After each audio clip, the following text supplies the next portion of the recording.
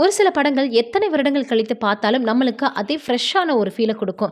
ச்சே! என்ன கதாபாத்திரம்டா அப்படின்னு நம்ம நினைக்கக்கூடிய அளவுக்கு மிகப்பெரிய அளவில் வந்து பார்த்தீங்கன்னா, நம்மளுக்கே அந்த படம் நம்மளை அறியாமல் பிடிச்சு போயிடும். அப்படிதான் வந்து பார்த்தீங்கன்னா, ஷாஜஹான் படம் வெளியாச்சு. அதில் விஜய் அவர்கள் எந்த அளவுக்கு காதலிக்காக கஷ்டப்படுறாரு, அவர் என்னெல்லாம் பண்ணுறாரு அப்படின்றது மிகப்பெரிய அளவில் வந்து பார்த்தீங்கன்னா, எல்லோருக்குமே ஒரு மனதளவில் பாதிப்பை ஏற்படுத்தும். அந்த படத்தை பார்த்துட்டு நம்ம வெளியில் வந்தோம் அப்படின்னா, ஒரு மாதிரியான ஃபீலாக இருக்கும் அப்படின்னு நம்ம சொல்லாமல் இருக்கவே முடியாது. அந்த படத்தில் விஜய் அவர்களுக்கு வந்து பார்த்தோன்னா ஜோடியாக நடித்தவங்க தான் ரிச்சா பல்லோட். இப்போ அவங்கள பற்றி தான் நம்ம இந்த வீடியோவில் போய் பார்த்து தெரிஞ்சுக்க போகிறோம். எப்படி இவங்க நடிக்கிறதுக்கு சினிமா இண்டஸ்ட்ரியில் வந்தாங்க, அதே போல் இவங்க ஏன் அடுத்தடுத்து படங்கள் நடிக்காமல் போனாங்க, எதனால் இவங்களுடைய படம் வந்து நிறைய வந்து பார்த்திங்கன்னா வெற்றிகரமாக அமையலை அப்படின்னு பல விஷயங்கள் நம்ம இதில் பார்த்து தெரிஞ்சுக்க போகிறோம். ஆகஸ்ட் 30, 1980 இவங்க பிறந்திருக்காங்க. பெங்களூரில் தான், மும்பையில் தான் இவங்க பிறந்து வளர்ந்து அதோட வந்து பார்த்தோன்னா படித்தது எல்லாமே.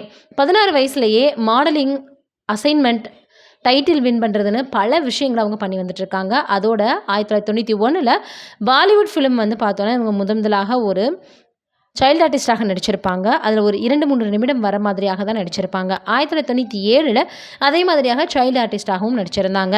மியூசிக் வீடியோஸ்லாம் நிறைய அவங்க வெளியிட்டிருக்காங்க.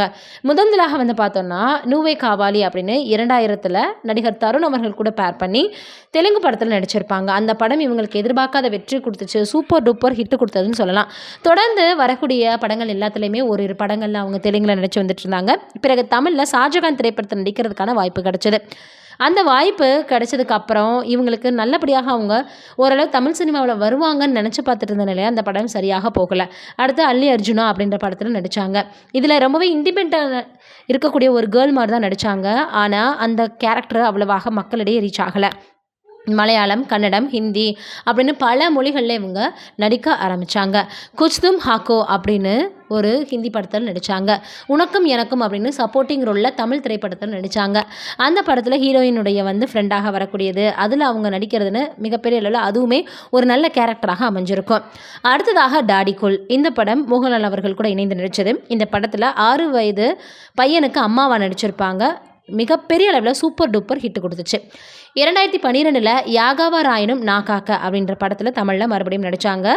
அதற்கப்புறம் வந்து பார்த்திங்கன்னா சரியாக அவங்களுக்கு வாய்ப்புகள் கிடைக்கல. வெப்சீரிஸில் நடிக்க ஆரம்பிச்சிட்டாங்க. அதில் ரொம்பவே அவங்களுக்கு வெப்சீரிஸு சூப்பர் டூப்பர் ஹிட்டு கொடுத்தது. கொஞ்சம் எபிசோடுகளில் வந்தாலும் கூட கனவுல இழந்துட்டு எந்த மாதிரியெல்லாம் அவங்க கஷ்டப்படுறாங்க, தன்னுடைய பிள்ளைகளை வந்து வளர்க்குறதுக்கு வந்து பார்த்தோன்னா ராபரி, இன்னும் நிறைய வந்து பார்த்தோன்னா கெட்ட விஷயங்கள்லாம் பண்ணாலும் கூட தன்னுடைய குழந்தைகளுக்காக தான் பண்ணுறாங்க அப்படின்ற மாதிரி ஃபோக்கஸ் பண்ணியிருப்பாங்க. அந்த படம் மிகப்பெரிய அளவில் இவங்களுக்கு வந்து பார்த்திங்கன்னா வரவேற்பை பெற்று கொடுத்துச்சு.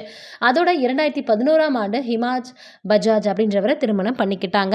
அடுத்து அவங்க அவ்வளவாக படங்களில் நடிக்கிறது நிறுத்திட்டாங்க அப்படின்னு தான் சொல்லணும். வாய்ப்புகளும் அவங்களுக்கு வரலை. இப்படி நல்ல நல்ல நடிகைகள் எல்லாம் ஓரளவு சினிமாவில் நல்ல விதமாக அவங்க வந்து வளருவாங்க அப்படின்னு நினச்சிட்டு இருக்கக்கூடிய நேரத்தில் திடீர்னு வாய்ப்புகள் இல்லாமலோ இல்லை திருமணத்திற்கு பின்னாடியோ அவங்களால நடிக்க முடியாமல் போயிடுது. நீங்கள் என்ன நினைக்கிறீங்க அப்படின்றத கீழே இருக்கக்கூடிய கமெண்ட் பாக்ஸில் மறக்காமல் சொல்லுங்கள்.